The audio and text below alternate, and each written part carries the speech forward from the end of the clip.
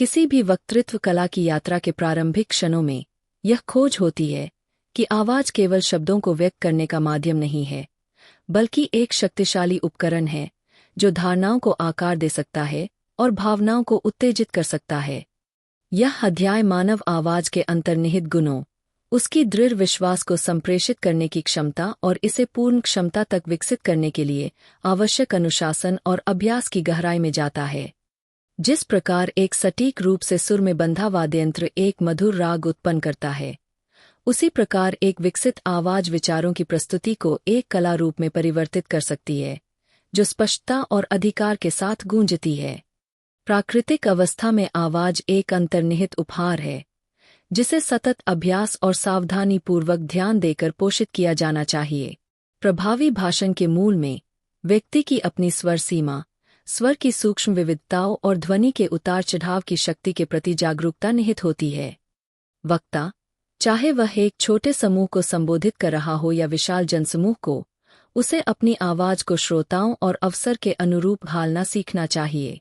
ऐसा करने से वक्ता ध्यान आकर्षित कर सकता है, सहानुभूति जगा सकता है और अपने श्रोताओं में विश्वास स्थापित कर सकता है।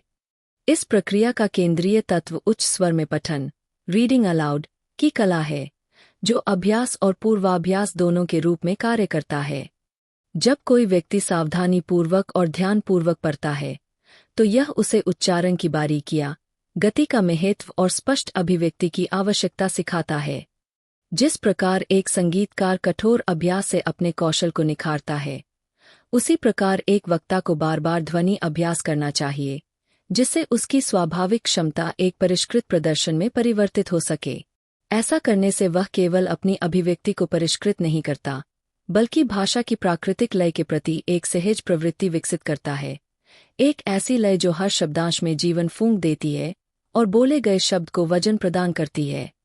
इसके अतिरिक्त वक्ता को यह समझना आवश्यक है कि आवाज और भावनाओं के बीच गहरा संबंध होता है। केवल श्रव्य, ऑडिबल होने वाली आवाज श्रोताओं के दिलों को प्रभावित नहीं कर सकती, लेकिन जब इसे वास्तविक भावना से सराबोर किया जाता है, तो यह संवाद को प्रभावशाली कला के स्तर तक उठा देती है। वक्तृत्व कला का सार इस क्षमता में है कि वक्ता अपने विषय की भावनाओं को ध्वनि की विविधता के माध्यम से प्रतिबिंबित कर सके, जिससे वह अपने श्रोताओं के साथ एक गहन संबंध स्थापित कर सके। सही शब्दों या वाक्यों पर दिया गया जोर एक साधारण कथन को दृढ़ता और भावनाओं से भरपूर घोषणा में बदल सकता है। यह अभिव्यक्ति और भावनाओं का यह मेल आकस्मिक नहीं होता, बल्कि व्यवस्थित अभ्यास और आवाज को अभिव्यक्ति के एक उपकरण के रूप में गहरी समझ का परिणाम होता है। इसके अतिरिक्त वाणी का अभ्यास केवल ध्वनि उत्पन्न करने तक सीमित नहीं है, बल्कि इसमें श्वास तकनीकों की सचेत जागरूकता, स्वर की तीव्रता का नियंत्रण और वाणी की गति का सायास नियमन भी शामिल है। प्रत्येक ठहराव, प्रत्येक स्वर में परिवर्तन एक महत्वपूर्ण बिंदु को रेखांकित करने का अवसर होता है या श्रोताओं को सोचने के लिए एक क्षण प्रदान करता है। इसलिए वाणी की लय इसकी सामग्री जितनी ही महत्वपूर्ण होती है। इन तत्वों में महारत निरंतर अभ्यास से प्राप्त होती है, जिसमें वक्ता स्पष्टता की मांग को नाटकीय प्रभाव की आवश्यकता के साथ संतुलित करना सीखता है। एक गूंजती हुई आवाज विकसित करने की प्रक्रिया आत्मखोज की यात्रा के समान होती है, जिसमें वक्ता अपनी स्वयं की अभिव्यक्ति क्षमताओं की असीम शक्ति को उजागर करता है। यह प्रक्रिया शारीरिक और मानसिक दोनों स्तरों पर कार्य करती है, एक अनुशासित प्रशिक्षण और चिंतनशील अंतर्दृष्टि का संतुलित मिश्रण। इसके लिए न केवल नियमित अभ्यास के प्रति प्रतिबद्धता की आवश्यकता होती है, बल्कि अपने प्रदर्शन की लगातार आलोचना और सुधार करने की इच्छा भी आवश्यक होती है। इस प्रकार एक आशाजनक वक्ता को अपनी आवाज का निखार करने के लिए एक कठोर अभ्यास दिनचर्या अपनानी चाहिए, जिसमें ध्वनि अभ्यास, जागरूक पठन और विभिन्न परिस्थितियों में प्रदर्शन शामिल हो। यह सभी कारक मिलकर धीरे धीरे एक आत्मविश्वास से भरपूर, प्रभावशाली और प्रेरणादायक आवाज को जन्म देते हैं। स्वर, गति और स्पष्टता की बारीकियों पर ध्यान केंद्रित करके वक्ता केवल जानकारी का संप्रेषण नहीं करता, बल्कि अपने विचारों के सार को प्रभावशाली ढंग से प्रस्तुत करता है। वक्तृत्व कला की ओर यात्रा इस बोध के साथ शुरू होती है कि हर उच्चारित शब्द प्रेरित करने का एक अवसर है, हर ठहराव श्रोताओं को जोड़े रखने का एक क्षण है, और हर वाक्य प्रभावशाली संवाद की संरचना में एक मजबूत नींव की तरह कार्य करता है। वक्तृत्व कला में एक महत्वाकांक्षी वक्ता के लिए सबसे पहली और आवश्यक योग्यता स्पष्ट घोषणा, अनएम्बिग्युअस डिक्लेरेशन, की नींव स्थापित करना होती है। यह अध्याय इस बात की पड़ताल करता है कि कैसे एक सुव्यवस्थित, सरल और तथ्यपरक प्रस्तुति किसी भी प्रभावशाली भाषण का आधार बनती है। भाषणकला में केवल घटनाओं या तथ्यों को सूचीबद्ध कर देना पर्याप्त नहीं होता, बल्कि उन्हें इस तरह से व्यवस्थित करना आवश्यक होता है कि प्रत्येक विवरण एक सुसंगत कथा, कोहेरेंट नैरेटिव, का निर्माण करे जो श्रोताओं का ध्यान आकर्षित कर सके। यह प्रक्रिया तथ्यों के सूक्ष्म और सावधानीपूर्वक संकलन से आरंभ होती है। किसी भी वाक्पटुता, रेटोरिक, को जोड़ने से पहले वक्ता को यह सुनिश्चित करना चाहिए कि उसके भाषण की विषय वस्तु सत्यापन योग्य वास्तविकता पर आधारित हो। यह केवल घटनाओं या आंकड़ों को स्मरण करने तक सीमित नहीं है, बल्कि उनके महत्व को पहचानने और उनकी प्रासंगिकता निर्धारित करने की प्रक्रिया भी इसमें शामिल है। एक सुव्यवस्थित घोषणा, स्ट्रक्चर डिक्लेरेशन, उन बिंदुओं के बीच स्पष्ट अंतर स्थापित करती है जो मुख्य विचारधारा को आगे बढ़ाने के लिए आवश्यक है और जो केवल सहायक संदर्भ प्रदान करते हैं। इस प्रक्रिया की स्पष्टता अत्यंत आवश्यक होती है। जब एक वक्ता तथ्य प्रस्तुत करता है तो उन्हें एक स्वाभाविक क्रम में रखना आवश्यक होता है ताकि श्रोताओं के लिए एक मानसिक ढांचा, मेंटल फ्रेमवर्क, तैयार किया जा सके जो उनकी समझ को दिशा प्रदान करे। किसी भी तथ्य की प्रस्तुति को प्रभावशाली बनाने के लिए वक्ता को अपने शब्दों की व्यवस्था इस प्रकार करनी चाहिए कि श्रोता उन्हें तर्क की श्रृंखला के रूप में ग्रहण कर सकें, न कि केवल अलग अलग सूचनाओं के रूप में। स्पष्ट घोषणा की यह कला अनुशासित अभ्यास की मांग करती है। जिस प्रकार एक मूर्तिकार पत्थर को तराशकर एक छिपी हुई आकृति को प्रकट करता है, उसी प्रकार वक्ता को भी अपने प्रत्येक वाक्य को निरंतर अभ्यास और परिष्करण के माध्यम से गढ़ना होता है ताकि वह अनावश्यक शब्दाडंबर, सुपरफ्लुअस लैंग्वेज, से मुक्त हो और अर्थ को स्पष्ट रूप से संप्रेषित कर सके। इस प्रक्रिया को सटीकता, प्रिसिजन, के स्तर तक ले जाने के लिए बार बार दोहराना और आवश्यकतानुसार संशोधन करना अनिवार्य है। इस अभ्यास से वक्ता की आवाज एक ऐसे उपकरण में परिवर्तित हो जाती है जो सच्चाई को सटीकता और प्रभाव के साथ प्रस्तुत करने में सक्षम होती है। इस प्रक्रिया में एक गहरी सरलता, प्रोफाउंड सिंप्लिसिटी, निहित होती है। जब तथ्य सीधे और स्पष्ट रूप से प्रस्तुत किए जाते हैं तो श्रोता उनके मूल अर्थ को आसानी से आत्मसात कर सकते हैं, बिना अनावश्यक जटिलताओं में उलझे। यही सरलता दर्शकों को विषय की गहराई तक पहुंचने में सहायता करती है। इसके अतिरिक्त वक्ता को बोलचाल की भाषा की स्वाभाविक लय, नेचुरल केडेंस, को समझना आवश्यक होता है। तथ्यों की प्रस्तुति केवल बुलेट पॉइंट्स की सूची नहीं होती, बल्कि एक गतिशील अभिव्यक्ति होती है जिसके लिए ठहराव, पॉजेस, स्वर में बदलाव, टोन वेरिएशन और उचित गति, मेजर्ड पेसिंग, की सूक्ष्म समझ आवश्यक होती है। प्रत्येक ठहराव श्रोताओं के लिए एक संकेत की तरह कार्य करता है, एक क्षण जब वे कहे गए शब्दों पर चिंतन कर सकते हैं, इससे पहले कि वक्ता अपने अगले बिंदु पर पहुंचे। इन ठहरावों की सुनियोजित योजना किसी भी भाषण को एक रास्ता, मोनोटनी, से बचाती है और इसे एक सुगठित संरचना, स्ट्रक्चर्ड प्रेजेंटेशन, का रूप देती है जो दर्शकों को धीरे धीरे विषय की गहराई तक ले जाती है।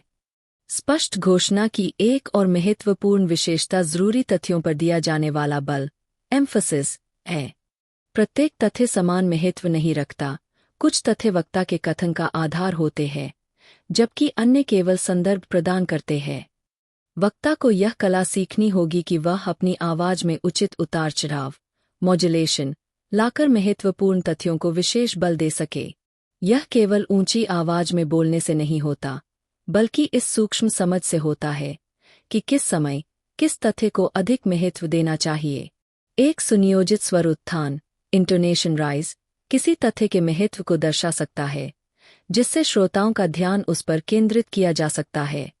साथ ही वक्ता को आवश्यकता से अधिक अलंकरण, ओवर एम्बेलिशमेंट, से बचना चाहिए। प्रभावशाली भाषा के प्रति आकर्षण के कारण कभी कभी वक्ता मूल तथ्यों को अस्पष्ट कर सकता है, जिससे उनकी स्पष्टता प्रभावित हो सकती है। उद्देश्य केवल भाषण को सुंदर बनाना नहीं होता, बल्कि तथ्यों की सटीकता को संरक्षित रखना भी होता है। स्पष्ट घोषणा की सबसे बड़ी विशेषता इसकी सादगी होती है। जब प्रत्येक तथ्य को एक अलग ईंट की तरह प्रस्तुत किया जाता है, तो वे मिलकर एक ठोस विचार संरचना, सॉलिड स्ट्रक्चर ऑफ अंडरस्टैंडिंग, का निर्माण करते हैं, जो पूरे भाषण की नींव बनती है। अनुशासित अभ्यास और गहन चिंतन के माध्यम से वक्ता इस कौशल में निपुणता प्राप्त करता है। यह अभ्यास केवल तकनीकी दक्षता नहीं है, बल्कि एक कला है, जो किसी भी वक्ता को तथ्यों को एक क्रमबद्ध, आकर्षक और प्रभावशाली तरीके से प्रस्तुत करने में सक्षम बनाती है। इस प्रकार, स्पष्ट घोषणा की अनुशासनबद्ध प्रक्रिया वक्ता को तथ्यों को एक विचारशील, थॉटफुल और प्रभावी, कंपेलिंग कथानक में ढालने में सहायता करती है। जब एक वक्ता तथ्यों को इस तरीके से प्रस्तुत करता है, तो वे केवल सूचनाएं नहीं रह जातीं, बल्कि एक प्रेरक कथा, पर्सुएसिव नैरेटिव, का रूप ले लेती है, जो श्रोताओं के मन में गहरी छाप छोड़ती है। जब उचित रूप से प्रयुक्त की जाती है, तो वाक्पटुता, रिटोरिक, केवल अलंकरण का साधन नहीं होती, बल्कि प्रभावशाली संप्रेषण का प्राणतत्व होती है। इस अध्याय में हम इस कला के विभिन्न उपयोगों की पड़ताल करेंगे, यह समझते हुए कि कैसे एक आकर्षक तर्क की संरचना करने और श्रोताओं को प्रभावित करने में वाक्पटुता महत्वपूर्ण भूमिका निभाती है। एक कुशल वक्ता यह भली भांति समझता है कि वाक्पटुता मात्र तथ्यों के सामान्य वर्णन को सजाने के लिए नहीं, बल्कि उन्हें और भी प्रभावी बनाने के लिए होती है। यह साधारण विचारों को सजीव तर्कों में परिवर्तित करती है, जो श्रोताओं के मन में गहरी छाप छोड़ते हैं। वाक्पटुता अपने मूल रूप में साधारण कथनों को स्मरणीय बनाती है। कल्पना कीजिए कि कैसे एक उपयुक्त रूप से चुनी गई अभिव्यक्ति किसी सामान्य अवलोकन को सार्वभौमिक सत्य की घोषणा में परिवर्तित कर सकती है। यही वह विशेषता है जिसे प्राचीन वाक्पटुता के आचार्यों ने सिद्ध किया था। वे जानते थे कि जब शब्दों को सावधानीपूर्वक चुना और आत्मविश्वास के साथ प्रस्तुत किया जाता है, तो वे लोगों के हृदय को आंदोलित कर सकते हैं और घटनाओं की दिशा बदल सकते हैं। यही वाक्पटुता का सार है, शब्दों का ऐसा चयन और संयोजन जो श्रोताओं की सोच और भावनाओं को एक विशिष्ट दिशा में ले जाए। वाक्पटुता के उपयोग विविध और गहरे होते हैं। एक राजनीतिक सभा में वक्ता इसे सहमति बनाने और किसी उद्देश्य के लिए समर्थन जुटाने हेतु प्रयोग करता है। जब कोई वक्ता तर्क को कथा के साथ बुनता है और तथ्यों की सटीकता को भावनात्मक अपील के साथ मिलाता है, तो वह एक ऐसा तानाबाना रचता है जो न केवल आकर्षित करता है, बल्कि श्रोताओं को अपने पक्ष में भी कर लेता है। भाषा का यह कुशल उपयोग नीतिगत बहसों को एक महाकाव्यात्मक कथा में बदल सकता है, जहां प्रत्येक वाक्य एक व्यापक नागरिक कर्तव्य और सामूहिक उद्देश्य की तस्वीर को आकार देता है। राजनीति से इतर, वाक्पटुता विधि व्यवस्था के क्षेत्र में भी अपनी अनिवार्य भूमिका निभाती है। किसी न्यायालय में एक अधिवक्ता को केवल सुसंगत तर्क प्रस्तुत करना ही नहीं, बल्कि उसे इस प्रकार व्यक्त करना होता है कि वह न केवल तर्कसंगत लगे, बल्कि भावनात्मक रूप से भी प्रभावी हो।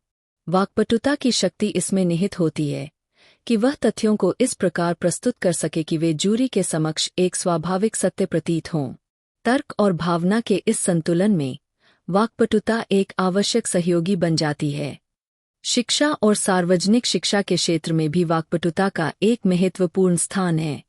शिक्षक और प्रवक्ता जब इस कला का प्रभावी उपयोग करते हैं, तो वे जटिल विचारों को सरल बना सकते हैं, जिससे विविध श्रोताओं को ज्ञान की सहज उपलब्धता होती है। कुशलतापूर्वक पूछे गए प्रश्न, उपमाएं और सजीव चित्रण नीरस तथ्यों को रोचक चर्चाओं में बदल सकते हैं, जो जिज्ञासा को प्रेरित करती है और गहन समझ विकसित करती है। इस प्रकार, वाक्पटुता बुद्धि और भावना के बीच एक सेतु का कार्य करती है, जो सीखने की प्रक्रिया को अधिक प्रभावी और स्मरणीय बनाती है। इसके अतिरिक्त, व्यक्तिगत अभिव्यक्ति और दैनिक संवाद में भी वाक्पटुता की भूमिका महत्वपूर्ण होती है। मानवीय संबंधों की विविधताओं में प्रत्येक संवाद एक प्रभाव उत्पन्न करने और प्रेरित करने का अवसर होता है। चाहे कोई मित्र को मनाने का प्रयास कर रहा हो, किसी टीम को प्रेरित कर रहा हो, या बस अपनी व्यक्तिगत कहानी सुना रहा हो, वाक्पटुता की सूक्ष्म शक्ति शब्दों की स्पष्टता और प्रभाव को बढ़ा देती है। यह वही जादू है जो साधारण बातचीत को एक गहरे और सार्थक संवाद में परिवर्तित करता है। यह दर्शाता है कि वाक्पटुता आधुनिक जीवन में भी उतनी ही प्रासंगिक है जितनी प्राचीन काल में थी। वाक्पटुता का प्रभावी उपयोग केवल इसके तकनीकों की जानकारी से अधिक मांग करता है। यह श्रोताओं की गहरी समझ और समय की संवेदनशीलता की भी अपेक्षा करता है। वक्ता को अपने श्रोताओं की मनःस्थिति को भांपने, संभावित प्रतिवादों की पूर्वानुमान लगाने और अपनी बात को उसी के अनुसार ढालने की क्षमता विकसित करनी होती है। यह वक्ता और श्रोता के बीच एक सतत संवाद होता है, जहां वाक्पटुता एक गतिशील शक्ति बन जाती है, जो चर्चा के प्रवाह के अनुसार निरंतर रूप बदलती रहती है। इस कला में निपुणता प्राप्त करने के लिए निरंतर अभ्यास, आत्मचिंतन और शैली का परिष्करण आवश्यक होता है। धीरे धीरे एक अभ्यासरत वक्ता इस शक्ति को साधने में सक्षम हो जाता है, जिससे उसकी प्रत्येक अभिव्यक्ति न केवल सार्थक होती है, बल्कि प्रभावशाली भी बन जाती है। इस प्रकार वाक्पटुता के उपयोग मानव संवाद के संपूर्ण परिदृश्य में विस्तारित होते हैं। यह केवल औपचारिक वाद विवाद की सीमाओं तक सीमित नहीं है, बल्कि सार्वजनिक वक्तव्य से लेकर साधारण बातचीत तक समाज के ताने बाने में निरंतर प्रवाहित होती है। तात्कालिक भाषण वह कसौटी है जहां तैयारी और सहजता का संगम होता है। यह वह क्षेत्र है जहां वक्ता की दक्षता विचारों की त्वरितता और अप्रत्याशित प्रवाह द्वारा परखी जाती है। इस अध्याय में हम बिना पहले से लिखित भाषण के बोलने की कला का अन्वेषण करेंगे, जिसमें इसके सामने आने वाली चुनौतियां और इससे मिलने वाले लाभों को समझा जाएगा। तात्कालिक वाक्कला एक संतुलन की मांग करती है, जहां सुव्यवस्थित ज्ञान और रचनात्मक तात्कालिकता का समावेश हो।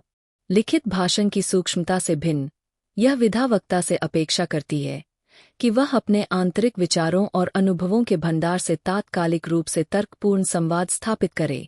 इस प्रक्रिया की नींव गहरी समझ और सतत अभ्यास में निहित होती है। जो व्यक्ति विविध विषयों पर चिंतन करने, नियमित रूप से पढ़ने और सुनने की आदत विकसित करता है, वह अपने मानसिक पुस्तकालय को समृद्ध करता है। यही आदत उसे अप्रत्याशित परिस्थितियों का आत्मविश्वास और कुशलता से सामना करने में सक्षम बनाती है। तात्कालिक भाषण की एक प्रमुख विशेषता होती है दबाव में स्पष्ट रूप से सोचने की क्षमता। जब वक्ता को अचानक बोलने का अवसर दिया जाता है, तो उसे तुरंत अपने विचारों को क्रमबद्ध करना होता है और अपने संदेश को सबसे प्रभावी ढंग से प्रस्तुत करने के लिए एक तार्किक अनुक्रम निर्धारित करना होता है। यह मानसिक चपलता किसी जन्मजात प्रतिभा की देन नहीं होती, बल्कि कठोर अभ्यास के माध्यम से विकसित की जाती है।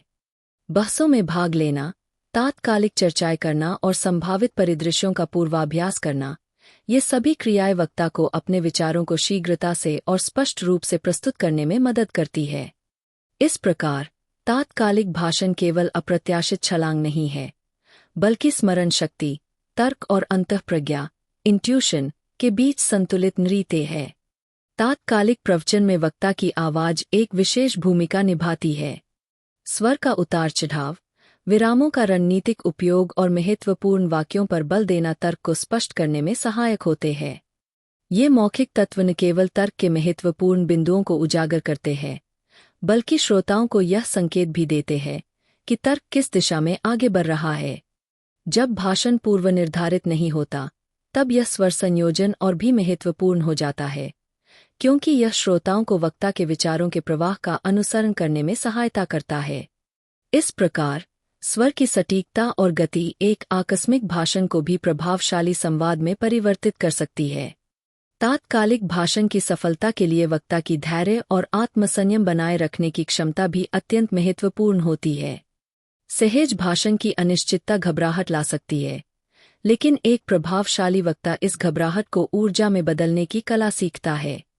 आत्मविश्वास और शांतचित्तता बनाए रखते हुए वक्ता श्रोताओं की प्रतिक्रियाओं के प्रति संवेदनशील बना रहता है और उनकी रुचि को बनाए रखने के लिए अपने शब्दों और हावभाव का समुचित उपयोग करता है।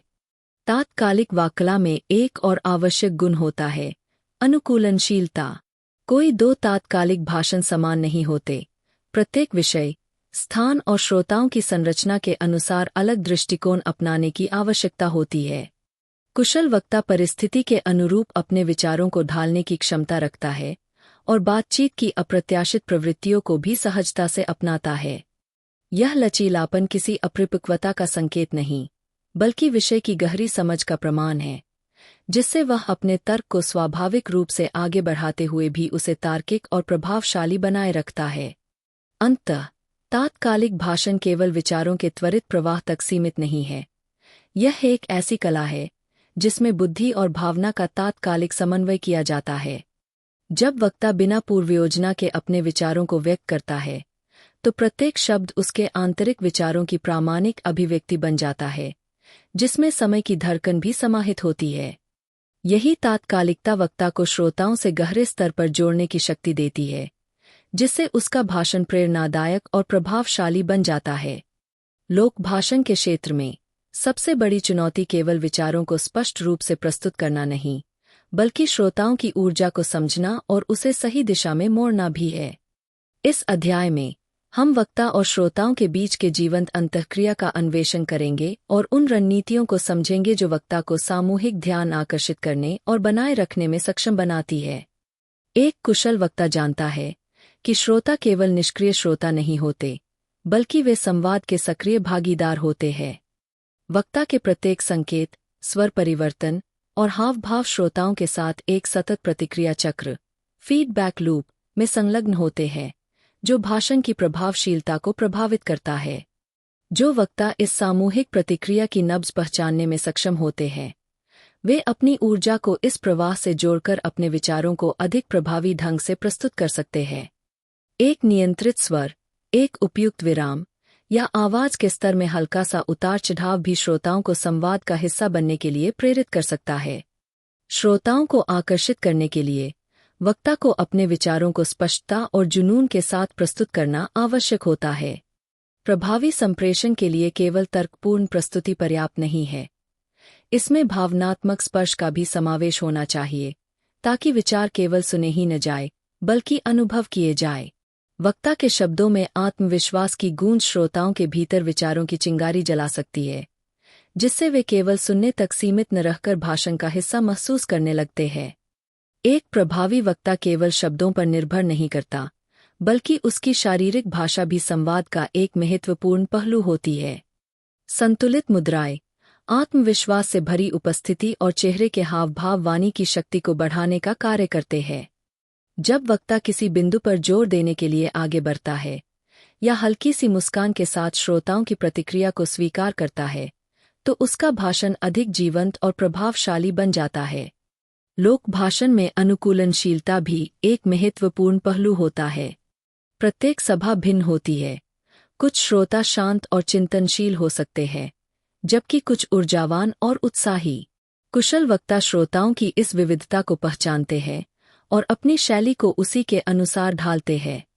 जब भाषण के दौरान किसी अप्रत्याशित प्रतिक्रिया का सामना करना पड़ता है, तो एक अनुभवी वक्ता इसे अपने लाभ के लिए उपयोग कर सकता है। कभी दोहराव से, कभी एक दिलचस्प प्रश्न पूछकर, या कभी किसी उपयुक्त प्रसंग के जरिए।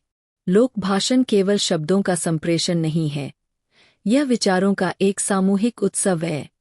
जब वक्ता अपनी वाणी, हाव-भाव और ऊर्जा को श्रोताओं की प्रतिक्रिया के साथ संयोजित करता है, तो भाषण केवल सुना ही नहीं जाता, बल्कि अनुभव किया जाता है। यही प्रभावी वाक्कला का सार है, एक ऐसा संवाद जो श्रोताओं के हृदय और मस्तिष्क दोनों को छू सके। यह मौखिक और गैर-मौखिक संचार का यह समन्वय प्रतिवाद की प्रक्रिया को एक संभावित टकराव से बदलकर बौद्धिक उत्कृष्टता के एक सुंदर प्रदर्शन में बदल देता है। अंततः दृढ़ विश्वास का प्रतिवाद केवल विरोधी दृष्टिकोण को खंडित करने के बारे में नहीं है, बल्कि एक वैकल्पिक कथा का निर्माण करने के बारे में है, जो वक्ता के मूल तर्क को और मजबूत करता है। प्रत्येक प्रतिवाद, जो सावधानीपूर्वक तैयार किया गया है और संतुलित ढंग से प्रस्तुत किया गया है, व्यापक तर्क को स्पष्ट करता है और संभावित आलोचकों को निरस्त करता है। वक्ता इस मापित संवाद में भाग लेकर यह प्रदर्शित करता है कि सच्ची वाक्पटुता वह क्षमता है जो तर्क को भावना के साथ और तर्क को सहानुभूति के साथ मिलाने में निहित है। इस अंतःक्रिया में हर चुनौती एक अधिक प्रभावी अभिव्यक्ति की ओर एक कदम बन जाती है, और हर प्रतिवाद श्रोताओं की समझ और संदेश के प्रति उनकी प्रतिबद्धता को गहरा करने का एक अवसर बन जाता है। आधुनिक युग में वक्तृत्व कला लगातार विकसित हो रही है, फिर भी इसकी बुनियादी सिद्धांत आज भी प्रासंगिक बने हुए हैं।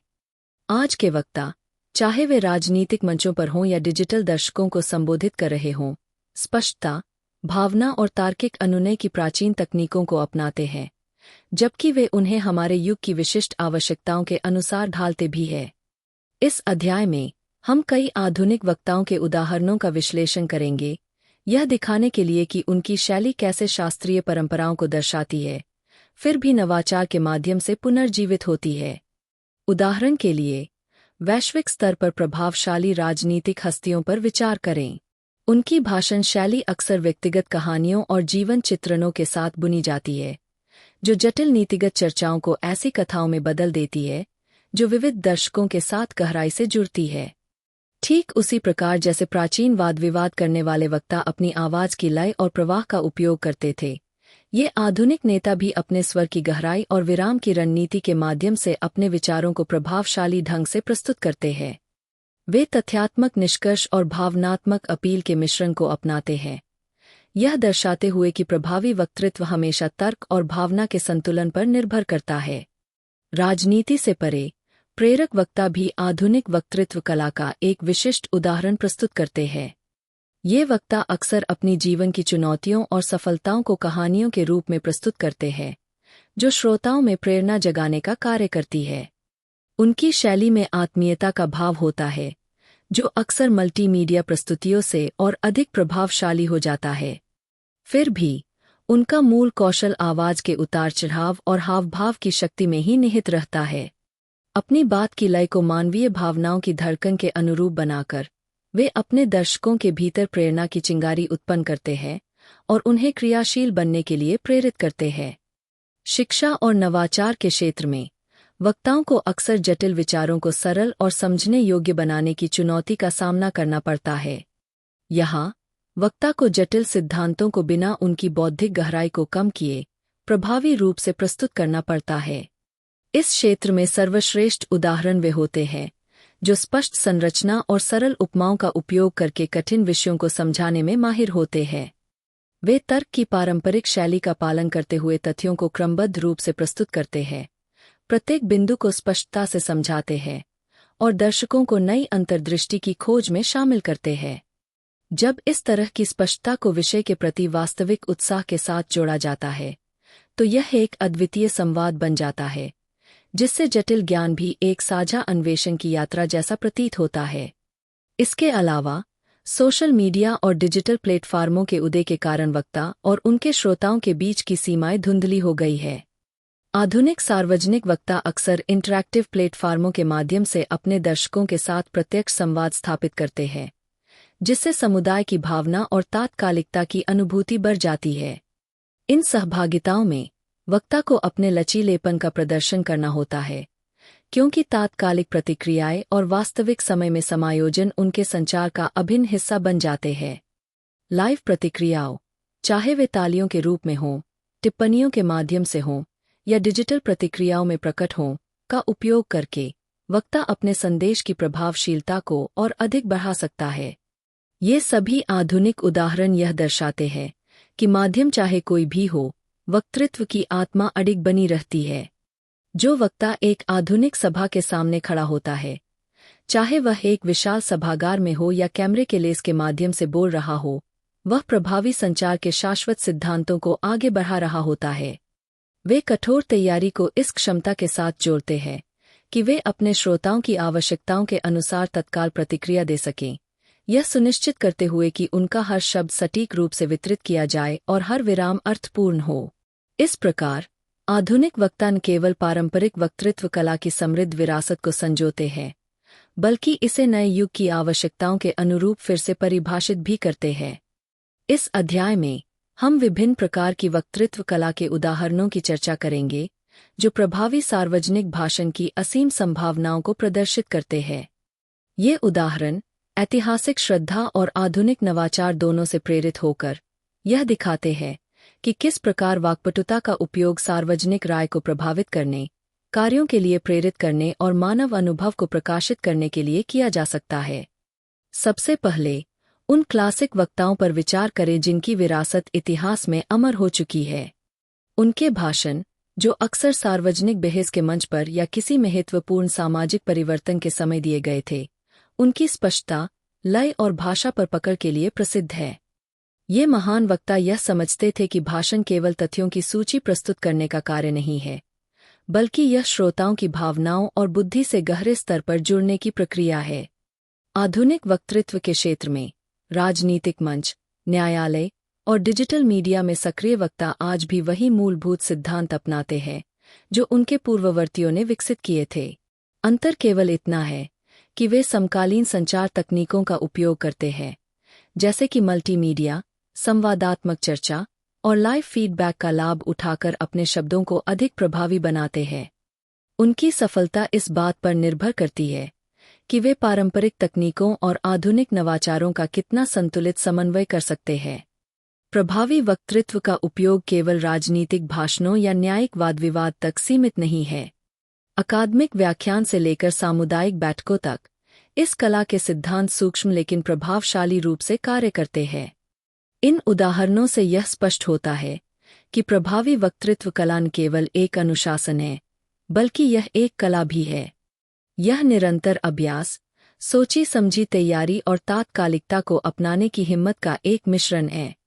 चाहे वह प्राचीन सभाओं के मंच पर हो या आधुनिक समाज के डिजिटल मंच पर, वक्तृत्व की शक्ति अपरिवर्तित बनी हुई है और इसका प्रभाव सदैव गहरा और प्रेरणादायक रहेगा। अवसरिक वक्ता सार्वजनिक भाषण की विस्तृत दुनिया में एक विशिष्ट स्थान रखता है। जो लोग वाक्पटुता को जीवन भर के करियर के रूप में अपनाते हैं, उनके विपरीत अवसरिक वक्ता केवल तब उभरता है जब परिस्थिति या कर्तव्य उसे किसी सभा को संबोधित करने के लिए प्रेरित करता है। यह प्रायः बिना विस्तृत तैयारी या नियमित अभ्यास के होता है। फिर भी इन क्षणों में भी श्रोताओं को प्रभावित करने की एक कला होती है। ऐसी अनुशासनबद्धता जो जब निखरती है तो एक संक्षिप्त उपस्थिति को भी उद्देश्यपूर्ण और स्मरणीय बना देती है। अवसरिक वक्ता के लिए सबसे बड़ी चुनौती होती है आत्मस्फूर्तता और स्पष्टता के बीच संतुलन स्थापित करना। अक्सर उसे सीमित समय और संसाधनों में अपने विचारों को इस तरह व्यवस्थित करना होता है कि वे एक सुसंगत और प्रभावशाली कथा का रूप ले लें। अवसरिक भाषण का प्रभाव केवल वक्ता के ज्ञान की व्यापकता पर आधारित नहीं होता, बल्कि इस बात पर निर्भर करता है कि वह विचारों और भावनाओं को किस प्रकार प्राथमिकता देकर इस तरह प्रस्तुत करता है कि वे तुरंत श्रोताओं से जुड़ सकें। संदेश को उसके मूल सार तक सीमित रखते हुए उसे सटीक रूप में प्रस्तुत करना होता है, ताकि वह बिना किसी व्यर्थता के स्पष्टता और गहराई से लोगों तक पहुँचे। अवसरिक वक्ता की सबसे बड़ी विशेषता उसकी सहज और स्वाभाविक शैली होती है। उसके भाषण में वैसा पूर्वनियोजित स्वरूप नहीं होता जैसा कि एक अभ्यासरत वक्ता के भाषण में देखने को मिलता है। इस स्वाभाविकता का अर्थ यह नहीं कि उसमें कोई संरचना नहीं होगी, बल्कि यह आवश्यक बन जाता है कि वह अपने भाषण के मूल विषय पर केंद्रित रहे, चाहे वह कोई उत्सव हो, किसी कार्य के लिए प्रेरणा हो या फिर किसी समसामयिक घटना पर तात्कालिक विचार हों। यदि वक्ता अपने केंद्रीय विचार को मजबूती से पकड़ता है, तो उसका संदेश, चाहे वह संक्षिप्त हो, प्रभावशाली और अर्थपूर्ण बन सकता है। प्रभावी संप्रेषण के लिए अवसरिक वक्ता को गति और संतुलन बनाए रखना आना चाहिए। उसे अपने स्वर और लय को तेजी से समायोजित करना होता है, ताकि वह महत्वपूर्ण बिंदुओं को सही ढंग से उभार सके और श्रोताओं को सोचने का अवसर दे सके। यह अक्सर चिंतनशील मौन, रिफ्लेक्टिव साइलेंस के प्रयोग से संभव होता है, एक ऐसी तकनीक जो वक्ता और श्रोता दोनों को संदेश पर गहराई से विचार करने का समय देती है। यह विचारशीलता किसी भी त्वरित भाषण को भी अर्थपूर्ण और प्रभावशाली बना सकती है। इसके अतिरिक्त अवसरिक वक्ता की शारीरिक भाषा भी उसके प्रभाव को बढ़ाने में महत्वपूर्ण भूमिका निभाती है। उसकी मुद्राएं, शरीर की स्थिति और चेहरे के भाव उसके शब्दों को और अधिक विश्वसनीय बनाते हैं। कई बार जब उसके पास भाषण की पूर्व तैयारी का लाभ नहीं होता, तब उसका आत्मविश्वास, श्रोताओं से उसका संपर्क और उसकी वास्तविक भावनाएं ही उसे प्रभावी बनाती है। एक समयानुकूल दृष्टि, सिर का हल्का झुकाव या खुली भंगिमाओं से किया गया इशारा भी श्रोताओं से जुड़ने में सहायक हो सकता है, भले ही वक्ता के पास कोई पूर्व स्थापित अधिकार न हो।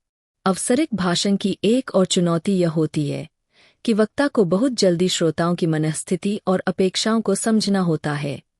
बिना लंबे संवाद के अवसर के उसे अपने श्रोताओं के हाव भाव और प्रतिक्रिया को तीव्रता से पढ़ना आना चाहिए, ताकि वह अपने प्रस्तुतिकरण को उसी के अनुरूप ढाल सके। यह क्षमता अनुभव और सतर्क अवलोकन से विकसित होती है। एक कुशल अवसरिक वक्ता न केवल असहज क्षणों को सहजता से संभाल सकता है, बल्कि उन्हें अपने प्रभाव को बढ़ाने के अवसरों में भी बदल सकता है। संक्षेप में, अवसरिक वक्ता, भले ही सार्वजनिक मंच पर अनियमित रूप से ही उपस्थित होता हो, फिर भी उसमें वाक्पटुता की एक विशिष्ट गरिमा होती है। उसका कार्य होता है कि हर शब्द का सही उपयोग करे, संक्षिप्तता में प्रभाव उत्पन्न करे और अपनी स्वाभाविकता को इस तरह व्यक्त करे कि वह श्रोताओं को अपनी ओर खींच सके। यह अध्याय इन रणनीतियों और चुनौतियों को उजागर करता है जो अवसरिक वक्ता को एक प्रभावशाली और यादगार संप्रेषक बना सकती है। एक वक्ता की यात्रा किसी अंतिम गंतव्य से नहीं मापी जाती, बल्कि सतत सुधार और आत्माभिव्यक्ति की निरंतर खोज के द्वारा परिभाषित होती है। इस अध्याय में हम उस अदम्य भावना का अन्वेषण करते हैं जो वक्ताओं को अपने कौशल को केवल एक अनुशासन के रूप में नहीं, बल्कि एक अनंत कला के रूप में अपनाने के लिए प्रेरित करती है। वक्ता, जो सत्य और सौंदर्य को व्यक्त करने के आंतरिक ज्वलंत उत्साह से प्रेरित होता है, यह अनुभव करता है कि वाक्पटुता की साधना जीवन पर्यंत चलने वाली प्रक्रिया है, एक ऐसी यात्रा जो स्वर, विचार और भावना की असीमित संभावनाओं को समेटे रहती है। इस सतत साधना का मूल यह स्वीकार्यता है कि हर अभिव्यक्ति, सुधार और विकास का एक अवसर होती है। एक अभ्यासरत वक्ता, जो स्पष्ट अभिव्यक्ति के प्राथमिक चरणों से लेकर वाद विवाद और तात्कालिक भाषण कला तक की यात्रा कर चुका है, अब आत्मान्वेषण के अधिक गहरे स्तरों को छूने का प्रयास करता है। यह प्रक्रिया उसे एक साधारण वक्ता से एक विचारशील और प्रभावी संप्रेषक में रूपांतरित करती है। इस अध्याय में यह दर्शाया गया है कि किस प्रकार एक वक्ता अपने कौशल को नए आयामों तक ले जाने के लिए स्वयं को निरंतर चुनौती देता है। यह सतत सीखने की अवस्था आलोचना को स्वीकार करने और नई अभिव्यक्ति शैलियों के साथ प्रयोग करने की तत्परता से चिह्नित होती है। जब वक्ता तैयार किए गए भाषणों के सुरक्षित दायरे से बाहर निकलता है, तो वह अपने प्रदर्शन में सहजता और नवीनता को बनाए रखने के नए तरीके खोजता है। इस प्रकार, वाक्पटुता की यात्रा केवल एक बाहरी संप्रेषण नहीं रहती, बल्कि स्वयं के साथ एक संवाद भी बन जाती है। एक मौन वार्तालाप, जहां हर शब्द, हर ठहराव और हर इशारा वक्ता की अपनी क्षमताओं की खोज में एक कदम होता है। वक्ता और श्रोताओं के बीच यह संबंध स्थिर नहीं होता, बल्कि प्रत्येक प्रदर्शन के साथ विकसित होता रहता है। वक्ता अनुभव करता है कि वास्तविक वाक्पटुता केवल भाषा की पूर्णता तक सीमित नहीं है, बल्कि यह मानव संवेदनाओं से जुड़ने की क्षमता में निहित होती है। जब वक्ता श्रोताओं की ऊर्जा को महसूस करता है, उनकी प्रतिक्रियाओं को पढ़ता है और उनके संकेतों को आत्मसात करता है, तो यह संवाद अधिक प्रभावशाली और आत्मीय हो जाता है। इसके अतिरिक्त, वक्ता का निरंतर अभ्यास उसकी कला में एक काव्यात्मक तत्व जोड़ देता है। एक ऐसा एहसास कि हर भाषण, चाहे वह क्षणिक ही क्यों न हो, वक्ता और श्रोताओं दोनों के लिए रूपांतरणकारी हो सकता है। यह शक्ति केवल भव्य शब्दावली या शैली में नहीं होती, बल्कि उन सच्चे विचारों में निहित होती है जो मानवीय अनुभव के मूल को छूते हैं। इस प्रकार, वाक्पटुता की असीमित आत्मा, वक्ता की साधना और प्रेरणा की निरंतरता का प्रमाण है। यह दर्शाती है कि वाक्पटुता का पथ स्थिर नहीं, बल्कि सजीव और गतिशील है, एक ऐसा मार्ग जो वक्ता को लगातार अपने विचारों और अभिव्यक्ति की नई ऊंचाइयों तक पहुंचने के लिए आमंत्रित करता है। वक्तृत्व कला के निरंतर विकसित होते क्षेत्र में प्रेरणा एक उत्प्रेरक, कैटलिस्ट होने के साथ साथ एक सतत साथी भी होती है। एक प्रेरणास्रोत जो वक्ता को केवल तथ्यों के संप्रेषण, ट्रांसमिशन से ऊपर उठाकर एक परिवर्तनकारी, ट्रांसफॉर्मेटिव अभिव्यक्ति के क्षेत्र में ले जाता है। इस अध्याय में हम उन गुणों का अन्वेषण करेंगे जो वक्ता के भीतर रचनात्मक ज्वाला को प्रज्वलित करते हैं और यह आंतरिक प्रेरणा, म्यूज, किस प्रकार प्रभावी संवाद के विकास को दिशा देती है। प्रेरित भाषण की यात्रा व्यक्ति के अपने आदर्शों से गहरे संबंध से प्रारंभ होती है। एक ऐसा वक्ता जो अपने विश्वासों से भली भांति परिचित होता है, यह अनुभव करता है कि प्रेरणा की शक्ति सबसे प्रभावी तभी होती है जब वह प्रामाणिकता, ऑथेंटिसिटी से उत्पन्न होती है। यह किसी उधार ली हुई रोशनी की तरह नहीं होती, जो केवल विख्यात वक्ताओं की महानता की नकल भर हो, बल्कि यह एक आंतरिक ज्योति होती है जो व्यक्ति के उद्देश्य के प्रति सच्ची प्रतिबद्धता से प्रकट होती है। इस प्रक्रिया में वक्ता सधी हुई अभिव्यक्ति और हृदय की गहराइयों से निकलने वाली सहज वाणी के बीच संतुलन स्थापित करना सीखता है।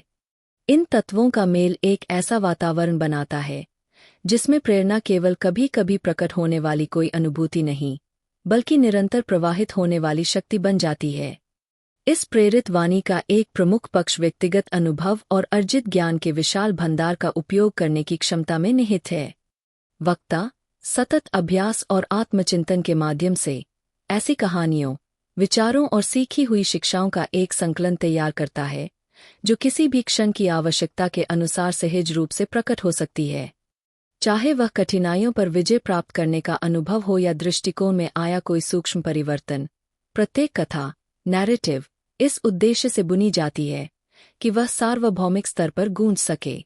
इस प्रकार प्रेरक वाणी का मूल सार यह है कि वह व्यक्तिगत अनुभव को सामूहिक, कलेक्टिव भावना से जोड़ सके, जिससे वक्ता का निजी अंतर्दृष्टि, इंसाइट, श्रोताओं की आकांक्षाओं का दर्पण बन जाए। प्रेरित वक्ता अपनी भाषा में काव्यात्मक सौंदर्य का भी समावेश करता है, जिससे उसका संदेश साधारण संवाद की सीमाओं को पार कर जाता है। रूपकों, मेटाफोर्स और उपमाओं, सिमिलेस के माध्यम से वह अमूर्त विचारों को ठोस वास्तविकता में बदलता है। शब्दों की इस सजीव अभिव्यक्ति के माध्यम से वक्ता श्रोताओं को कल्पना के एक साझा क्षेत्र में आमंत्रित करता है। यह भाषाई सौंदर्य शास्त्र, जिसमें तर्क और भावना दोनों का सम्मिश्रण होता है, श्रोताओं को मोहित करता है और उनके भीतर गहरी सोच को प्रज्वलित करता है। प्रेरक वाणी के साथ साथ एक विशेष प्रकार का साहस भी आवश्यक होता है, एक ऐसा साहस जो प्रयोग करने और जोखिम उठाने की अनुमति देता है। वह वक्ता जो अपनी प्रेरणा पर भरोसा करता है, प्रचलित प्रतिमानों से आगे बढ़ने का साहस करता है। यह पारंपरिक सीमाओं से परे जाकर नए अभिव्यक्ति के मार्गों को खोजने की क्षमता ही वक्ता को विशिष्ट बनाती है। जब वह प्रचलित धारणाओं को चुनौती देता है, तो वह केवल श्रोताओं का ध्यान आकर्षित ही नहीं करता, बल्कि उन्हें नई दृष्टि से सोचने के लिए भी प्रेरित करता है।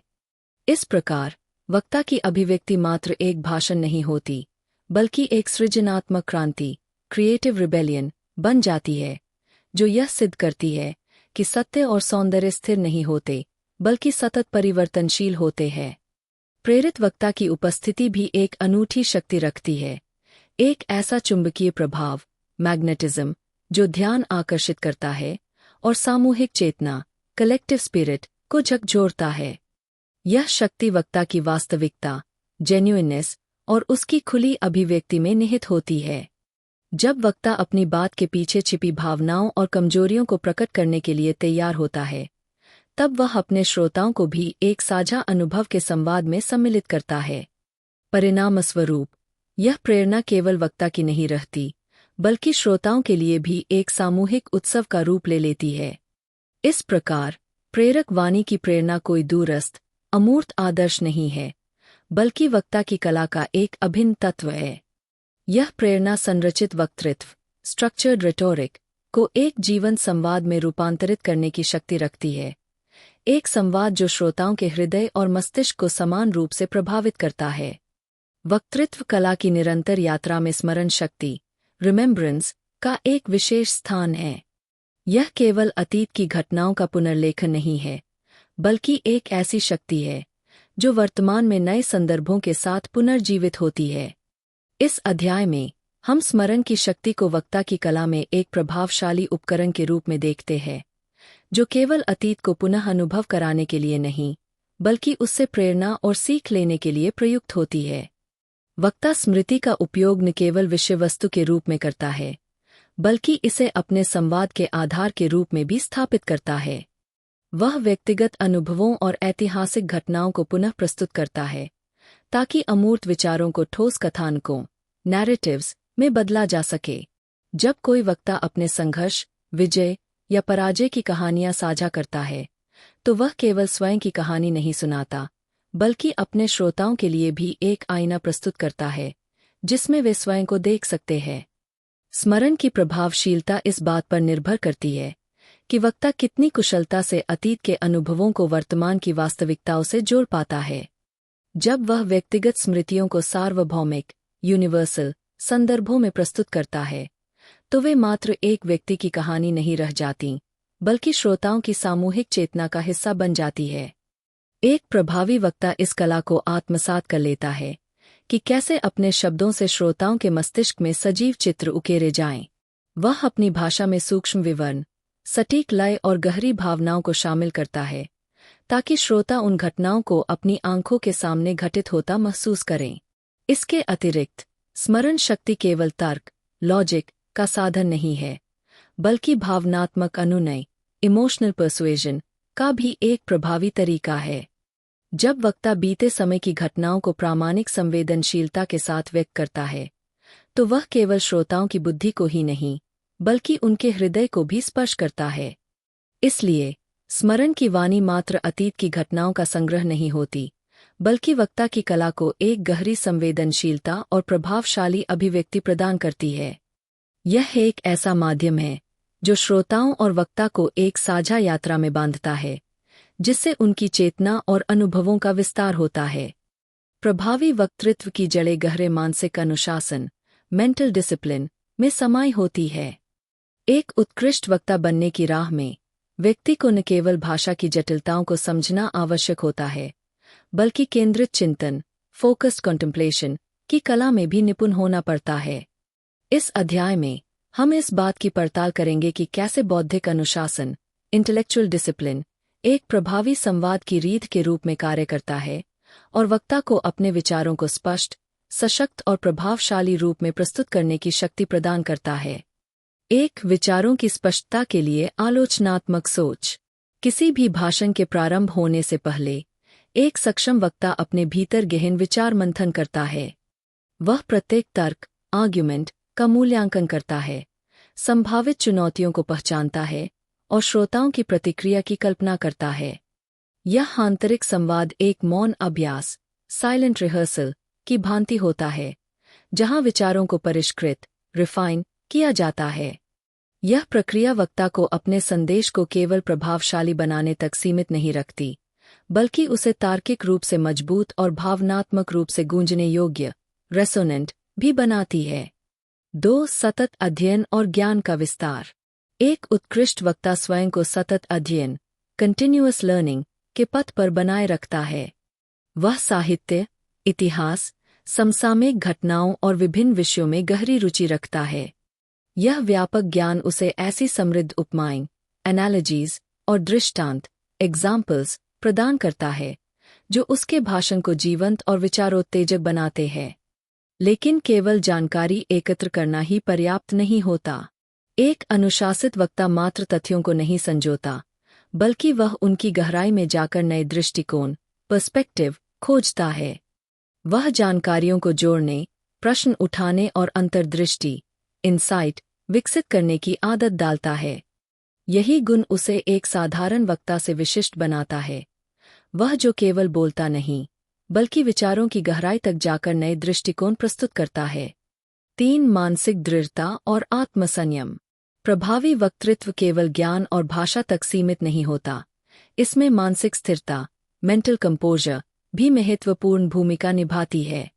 एक कुशल वक्ता को लाइव संवाद के दौरान अप्रत्याशित चुनौतियों का सामना करना पड़ सकता है। कोई अप्रत्याशित प्रश्न, श्रोताओं की असहमति या तकनीकी व्यवधान। ऐसे में वक्ता का मन उसे आत्मसंयम, सेल्फ कंट्रोल बनाए रखने और आत्मविश्वास के साथ उत्तर देने में मदद करता है। यह मानसिक दृढ़ता केवल बाहरी प्रतिक्रियाओं तक सीमित नहीं है, बल्कि यह आत्मनियंत्रण, सेल्फ डिसिप्लिन से भी जुड़ी होती है। एक अनुशासित वक्ता अपनी भावनाओं को संतुलित रखना जानता है। वह अपने जोश और ऊर्जा को एक ऐसे रूप में हालता है जिससे वह प्रभावी ढंग से संवाद स्थापित कर सके, न कि केवल भावनाओं में बह जाए। 4. विचारों का सुव्यवस्थित संगठन। एक महान वक्ता विचारों को सहजता और क्रमबद्धता, कोहेरेंस के साथ प्रस्तुत करने की कला में निपुण होता है। यह केवल विचारों की अभिव्यक्ति की क्षमता नहीं है, बल्कि उन्हें प्रभावी रूप से संगठित करने की भी योग्यता है। इस अनुशासन को विकसित करने के कुछ मुख्य चरण हैं। स्पष्ट संरचना, क्लियर स्ट्रक्चर। एक वक्ता अपने भाषण को विषयानुसार तार्किक क्रम में विभाजित करता है, जिससे विचारों का प्रवाह सुगम और प्रभावशाली बन सके। सटीकता, प्रिसिजन। वह शब्दों का चयन सावधानीपूर्वक करता है, जिससे संदेश बिना किसी भ्रम के श्रोताओं तक पहुँचे। प्रभावी संक्रमण, इफेक्टिव ट्रांजिशंस। एक अनुशासित वक्ता विभिन्न विचारों के बीच सहजता से परिवर्तन, ट्रांजिशन, स्थापित करता है, ताकि श्रोता विषय वस्तु से जुड़ा रह सके। यह सुव्यवस्थित सोच और प्रस्तुति श्रोताओं को संदेश ग्रहण करने में सहायता प्रदान करती है, जिससे भाषण की प्रभावशीलता कई गुना बढ़ जाती है। 5. आत्म-मूल्यांकन और निरंतर सुधार। मन के अनुशासन का एक महत्वपूर्ण पहलू आत्म-मूल्यांकन, सेल्फ असेसमेंट है। एक कुशल वक्ता अपने हर भाषण के बाद अपनी प्रस्तुति का विश्लेषण करता है, उसका स्वर, लय, शब्दों का चयन और श्रोताओं की प्रतिक्रिया। वह यह समझने की कोशिश करता है कि कौन से पहलू प्रभावी रहे और किन बिंदुओं पर सुधार की आवश्यकता है। यह आत्मविश्लेषण कठिन हो सकता है, क्योंकि यह स्वयं की कमजोरियों को उजागर करता है, लेकिन यही प्रक्रिया वक्ता को निखारने में मदद करती है। एक अनुशासित वक्ता अपनी त्रुटियों से घबराने की बजाय उन्हें सीखने के अवसर के रूप में अपनाता है। सफल वक्ताओं की यह एक सामान्य विशेषता होती है। वे अपनी कमियों को पहचानते हैं और उन्हें सुधारने के लिए कार्य करते हैं। वे श्रोताओं की प्रतिक्रियाओं का विश्लेषण करते हैं और उनके अनुसार अपनी शैली को समायोजित करते हैं। वे नई तकनीकों को अपनाने और प्रयोग करने से नहीं डरते। निष्कर्ष, अनुशासित मन एक सशक्त वक्ता की पहचान। इस प्रकार, मानसिक अनुशासन, डिसिप्लिन ऑफ द माइंड, एक अदृश्य शक्ति की तरह कार्य करता है, जो किसी भी महान वक्ता के प्रभावशाली संवाद के पीछे निहित होती है। आलोचनात्मक सोच, क्रिटिकल थिंकिंग, वक्ता को स्पष्ट और तार्किक तर्क, आर्ग्यूमेंट्स, प्रस्तुत करने में सक्षम बनाती है। सतत अध्ययन और ज्ञान, कंटिन्यूअस लर्निंग, उसके संवाद को विचारशील और सूचनात्मक बनाता है। मानसिक स्थिरता, मेंटल कंपोजर, उसे कठिन परिस्थितियों में भी आत्मविश्वास के साथ बनाए रखती है। संगठित विचार प्रवाह, स्ट्रक्चर्ड थिंकिंग, उसे प्रभावी रूप से संवाद स्थापित करने में सहायता प्रदान करता है। निरंतर आत्मसुधार, कंटिन्यूअस सेल्फ इम्प्रूवमेंट, उसे हर भाषण के साथ अधिक प्रभावशाली बनने में मदद करता है।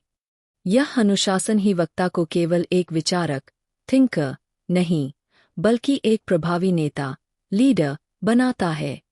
वह केवल शब्दों से नहीं, बल्कि अपने आत्मनियंत्रण, तर्कशक्ति और प्रभावशाली शैली से लोगों को प्रेरित करता है। यही अनुशासित मन एक वक्ता को असाधारण बनाता है और उसके विचारों को समय की सीमाओं से परे ले जाता है। एक महान वक्ता की यात्रा में अंतिम परिष्कार, फाइनल रिफाइनमेंट, किसी एकल कौशल में नहीं, बल्कि कला और तकनीक के सामंजस्य, हार्मोनियस सिंथेसिस, में निहित होता है। यह अध्याय वाक्पटुता, ऑरेटरी, के हर पहलू के एकीकरण, इंटीग्रेशन, की पड़ताल करता है।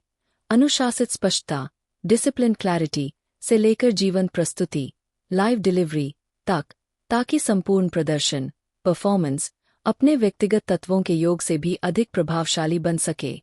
इस समन्वय की शुरुआत होती है सूक्ष्म तैयारी, मेटिकुलस प्रिपरेशन, और सहज प्रत्युत्तर, इंट्यूटिव रिस्पॉन्सिवनेस, के बीच के संतुलन से। एक वक्ता जो अपने स्वर, वॉइस मॉड्यूलेशन, संरचित तर्क, स्ट्रक्चर्ड आर्ग्यूमेंट्स, और रणनीतिक भाषण कला, स्ट्रैटेजिक रिटोरिक, में निपुणता प्राप्त कर चुका है, उसे अब इन पूर्व निर्धारित तत्वों को वास्तविक समय की मांगों के अनुरूप ढालना सीखना होगा। यह अनुकूलन क्षमता, अडैप्टेबिलिटी, ही एक वक्ता की वास्तविक पहचान को उजागर करती है।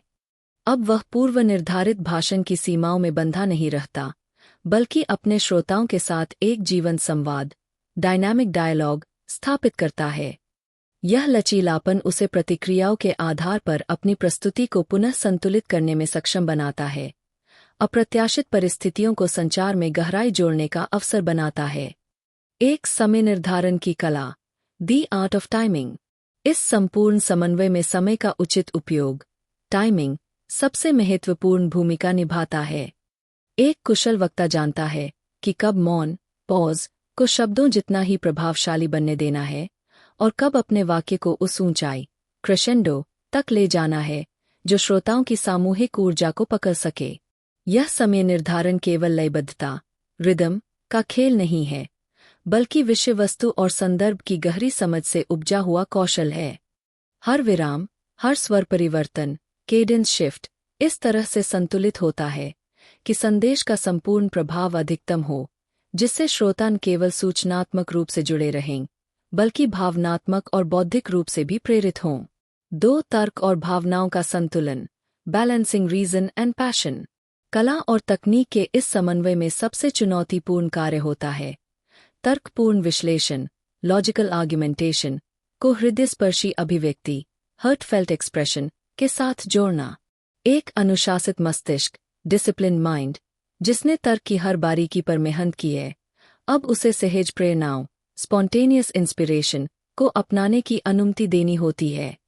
इसी संतुलन में वक्ता शुष्क तर्कों, कोल्ड लॉजिक को एक जीवंत, प्रेरणादायक कथा, एंगेजिंग नैरेटिव में बदल देता है। एक ऐसी कथा जो न केवल तर्कसंगत हो, बल्कि श्रोताओं के हृदय को भी छू जाए। यहाँ आवाज, जिसे पूर्णता तक तराशा गया है, केवल तथ्यों को व्यक्त करने का माध्यम नहीं रह जाती, बल्कि यह मानवीय अनुभवों, ह्यूमन एक्सपीरियंस का संपूर्ण स्पेक्ट्रम प्रस्तुत करने का साधन बन जाती है। आशा, संघर्ष और विजय की भावनाओं को सजीव रूप में प्रकट करती है। 3 शारीरिक भाषा और मौखिक शक्ति का संयोजन, physical presence and verbal command. वक्ता का शारीरिक हाव भाव, जेस्चर्स, चेहरे के भाव, फेशियल एक्सप्रेशंस और उसकी मुद्रा, पोस्चर केवल सहायक तत्व नहीं होते, बल्कि वे संदेश को सशक्त बनाने वाले अभिन्न अंग बन जाते हैं। आत्मविश्वासी मुद्रा, कॉन्फिडेंस स्टांस, वक्ता की दृढ़ता और संकल्प को व्यक्त करती है। सुनियोजित हाव भाव, वेल टाइम जेस्चर्स, बिना शब्दों के भी विचारों को संप्रेषित करने का प्रभावशाली साधन बनते हैं। सूक्ष्म चेहरे के भाव, सटल एक्सप्रेशंस, तर्क की गहराई और भावनात्मक प्रभाव को और अधिक सशक्त बनाते हैं। जब वाणी और देहभाषा, बॉडी लैंग्वेज एक साथ जुड़ते हैं, तब संचार केवल श्रवणीय, ऑडिटोरी नहीं, बल्कि एक संपूर्ण अनुभव, फुल बॉडीड एक्सपीरियंस बन जाता है। 4 निरंतर आत्मसुधार, कमिटमेंट टू सेल्फ इम्प्रूवमेंट। कला और तकनीक का यह संपूर्ण समन्वय निरंतर आत्म-मूल्यांकन, रिफ्लेक्टिव प्रैक्टिस और सुधार, कंस्ट्रक्टिव क्रिटिक की मांग करता है। हर भाषण पिछले प्रयासों का एक सार होता है, लेकिन यह भविष्य में और अधिक निखरने का एक अवसर भी होता है।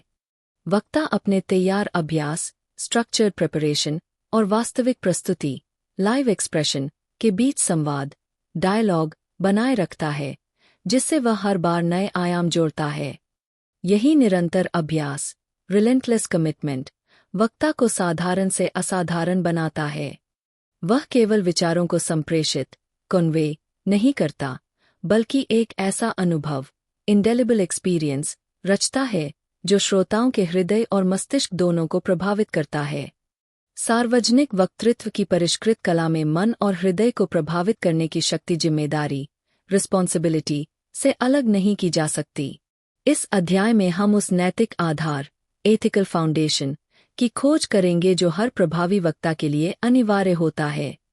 एक सच्चा वक्ता जानता है कि उसकी वाणी का प्रभाव विशाल है, इसलिए उसे सुनिश्चित करना चाहिए कि उसके तर्क सत्य, ट्रूथ पर आधारित हों और उसकी प्रभावशाली शैली नैतिक मूल्यों, मोरल इंटेग्रिटी से समझौता न करे।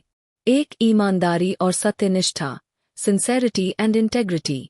वक्ता को स्पष्टता और सटीकता, क्लैरिटी एंड प्रिसिजन के साथ बोलने का प्रयास करना चाहिए, लेकिन साथ ही उसके विचारों में सच्चाई और निष्ठा, जेन्युइन कमिटमेंट भी होनी चाहिए। एक सच्चा वक्ता केवल शब्दों से नहीं, बल्कि अपने नैतिक मूल्यों से भी प्रेरणा देता है। 2 निष्पक्षता और संतुलन, फेयरनेस एंड बैलेंस। वक्ता का उद्देश्य केवल विरोधी विचारों को खंडित करना नहीं होना चाहिए, बल्कि उसे यह भी देखना चाहिए कि उसका भाषण सामाजिक सौहार्द, सोशल हार्मनी और आपसी समझ को बढ़ावा दे रहा है या नहीं। सकारात्मक संवाद, कंस्ट्रक्टिव एंगेजमेंट, नैतिक वक्तृत्व की पहचान है, जो केवल वाद विवाद, डिबेट तक सीमित नहीं, बल्कि समाज में नए विचारों को जन्म देता है। 3 आत्मपरीक्षण और ईमानदार संवाद, self examination and honest discourse. वक्ता को अपने स्वयं के पूर्वाग्रहों, बियासेस को चुनौती देने की आदत डालनी चाहिए, जिससे वह अपने दृष्टिकोण को और अधिक पारदर्शी बना सके। सच्चे वक्ता वे होते हैं जो न केवल अपनी बात रखते हैं, बल्कि नए साक्ष्यों, न्यू एविडेंस के आधार पर अपने विचारों में बदलाव के लिए भी तैयार रहते हैं। निष्कर्ष, वक्तृत्व की कालातीत यात्रा, the timeless journey of oratory. यह यात्रा केवल एक कला को सीखने की नहीं, बल्कि एक महान उद्देश्य, ग्रेट पर्पस, को अपनाने की है। सशक्त भाषण केवल विचारों को प्रस्तुत करने का साधन नहीं, बल्कि परिवर्तन, ट्रांसफॉर्मेशन लाने की शक्ति भी रखते हैं। हर वक्ता, चाहे वह किसी भी स्तर पर हो, अपने शब्दों के माध्यम से एक विरासत, लेगेसी बनाता है। इस अध्याय के अंत में यह एक समापन नहीं, बल्कि एक निमंत्रण है, हर उस व्यक्ति के लिए जो अपनी आवाज को प्रभावी बनाना चाहता है। आपकी हर बात, हर विराम और हर भाषण इतिहास में अपनी छाप छोड़ने का अवसर है।